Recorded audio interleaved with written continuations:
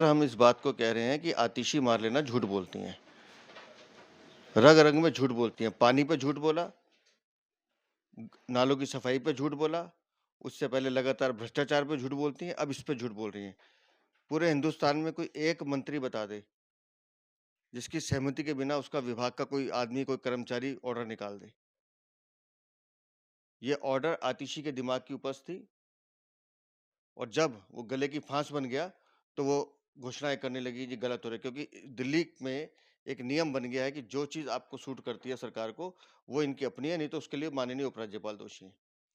शिक्षकों का प्रतिनिधिमंडल लगातार हमारे संपर्क में था। एक नहीं, कई प्रतिनिधिमंडल हमारे पास आए थे।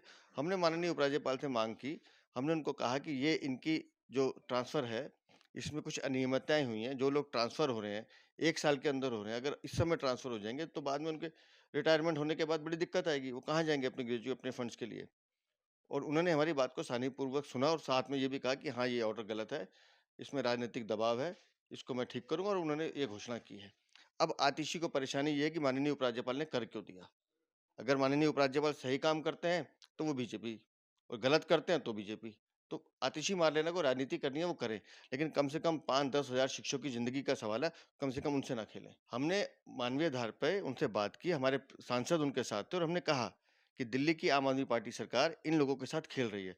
टीचर से पढ़ाई का काम नहीं कराया जाता, उनसे इवेंट्स कराए जाते हैं, उनसे स्टेडियम भरने के लिए कहा जाता है, उनको जी हजूरी करने के लिए कहा जाता है, बच्चों से स्कूलों में नारे लगवाए जाते हैं। ये आम आदमी पार्टी का शिक्षा मॉडल है। तो अगर टीचरों का भला हो रहा है, तो उसमें कम से कम राजनीति ना करें। टीचर्स का ट्रांसफ़र आपके विभाग की कार्यस्थानी थी, जिसको ठीक करने का काम माननीय उपराज्यपाल ने किया।